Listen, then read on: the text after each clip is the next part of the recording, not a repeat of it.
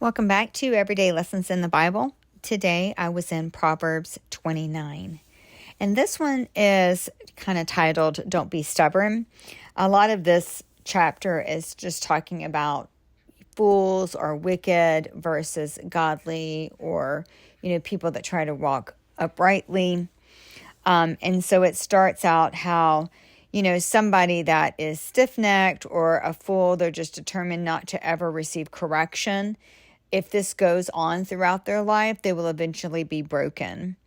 And then it talks about how, when righteousness increases wherever, people rejoice. But when the wicked become rulers, the people groan. And I think it's just because of the way things are done. With righteous people, they want to seek justice. They want to do things fairly. It even talks about kind of comparing the two, how, godly people, righteous people will humble themselves and they want peace and they want to settle an argument calmly and they esteem those who are holy, and they know to bite their tongue. When stuff is going on and being said, they know to kind of keep silent on that. Like don't add to the rage of somebody. And they like to demonstrate justice, because when you demonstrate justice, it produces longevity in your life.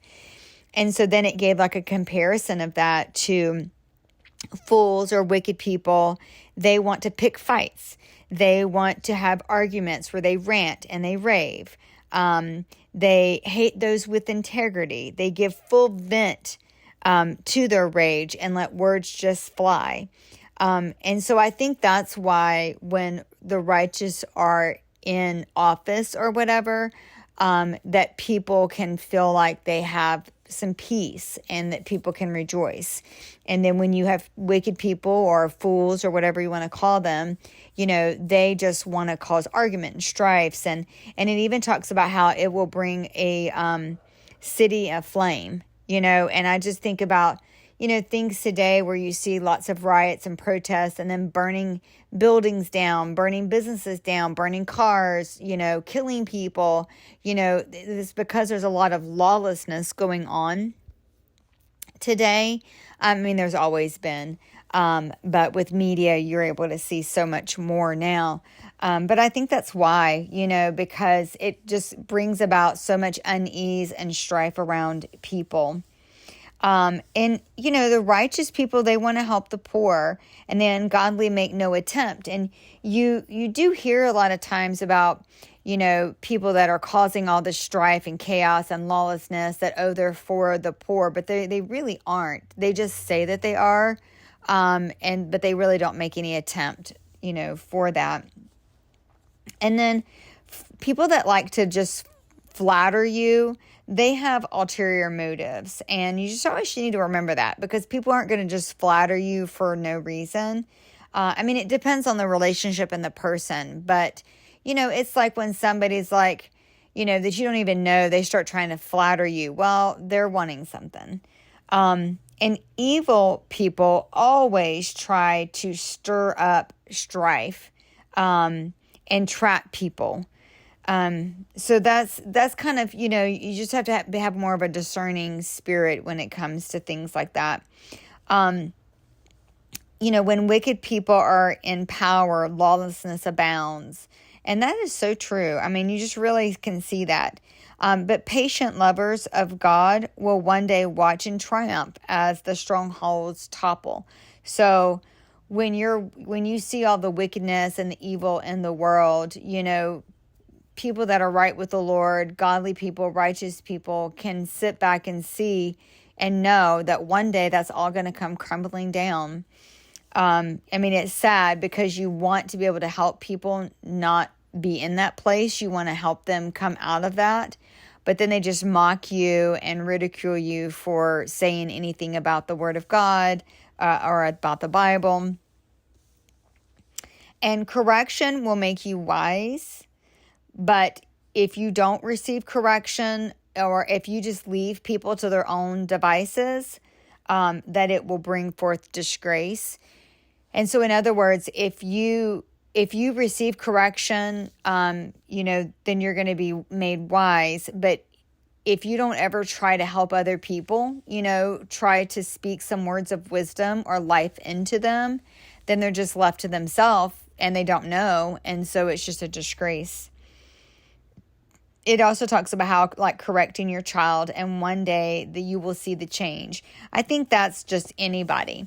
It doesn't have to necessarily mean a child.